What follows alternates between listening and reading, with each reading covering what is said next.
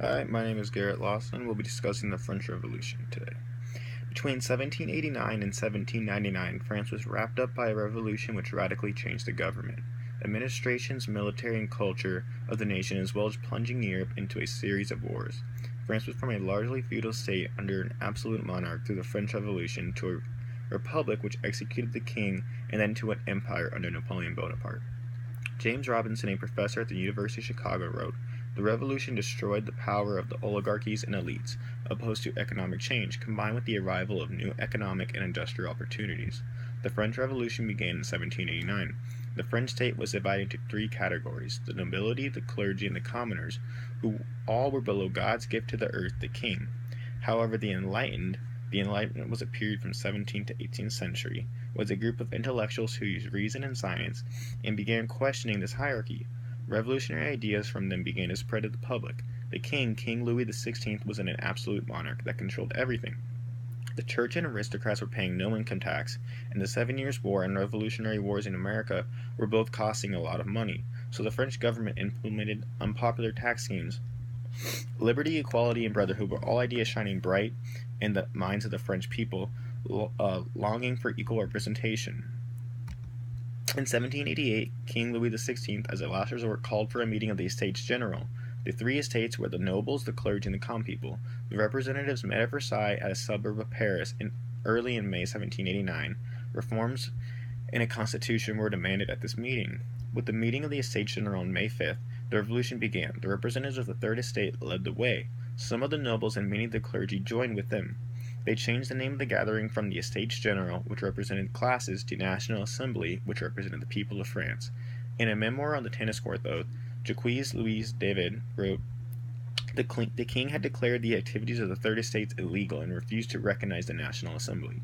Meeting in defiance at an indoor tennis court at Versailles, the Third Estate swore not to separate until a constitution had been written for France.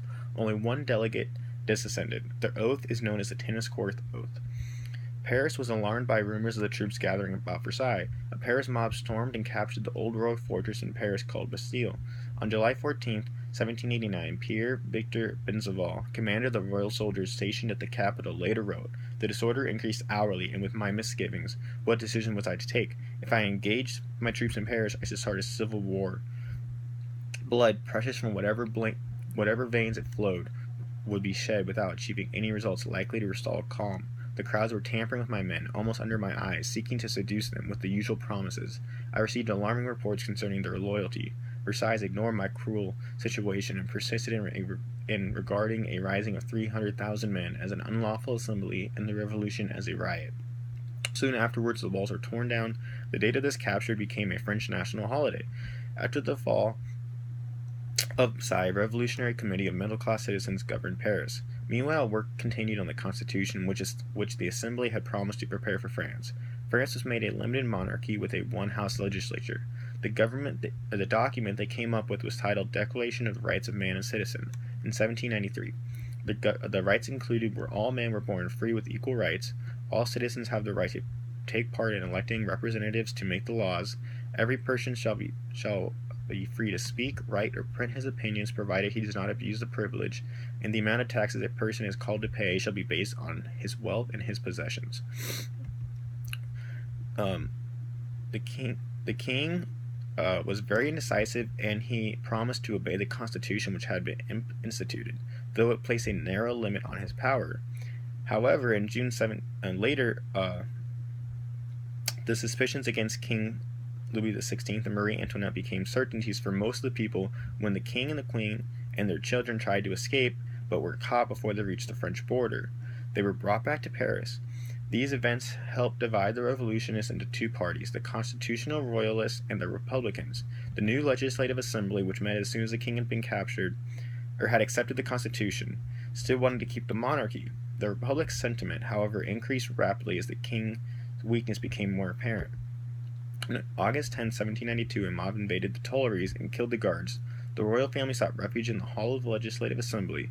On September 21, 1792, a decree was passed that royalty was abolished in France, and a republic was proclaimed. 4 months later, January 21st, 1793, King Louis XVI was sent to the guillotine. Segueing into inflation, merchants and tradesmen were especially irritated by paper money, which the country was flooded with, and the paper money soon became worthless. Eugene Nelson, a professor at TCU, wrote, "Under the Directory, a collective executive established by the Post-Thermodian Convention, October 1795, inflation reached its peak. The Directory was unable to cut expenses or raise taxes enough to solve fiscal problem. The rising issues of assignats was now outpaced by inflation, and revenue from inflation fell sharply. To guide the revolution through the crisis, a strong government was needed. For this, the people sacrificed liberty. A convention was called to draw up a new constitution, and for 3 years, a committee of this assembly, the Committee of Public Safety, ruled France while the constitution was set aside. The men in power were George Jacques Danton, Jean-Paul Marat, and Maximilien Robespierre. It maintained its position by terror, hence the period is known as the Reign of Terror.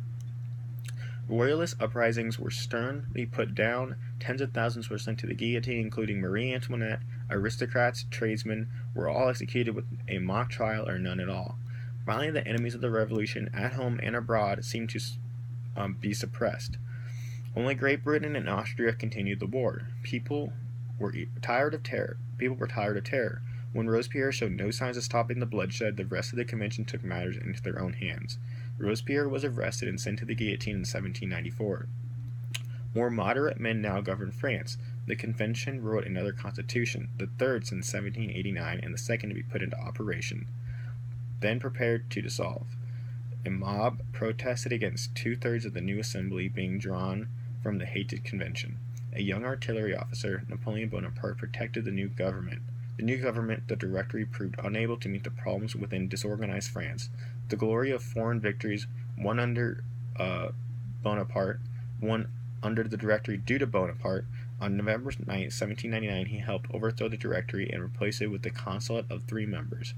He was the first consul and actual ruler of France. In 1804, he discarded the pretense and called himself Napoleon I, Emperor of France, thus ending the French Revolution.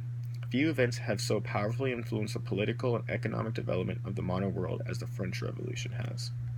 Thank you.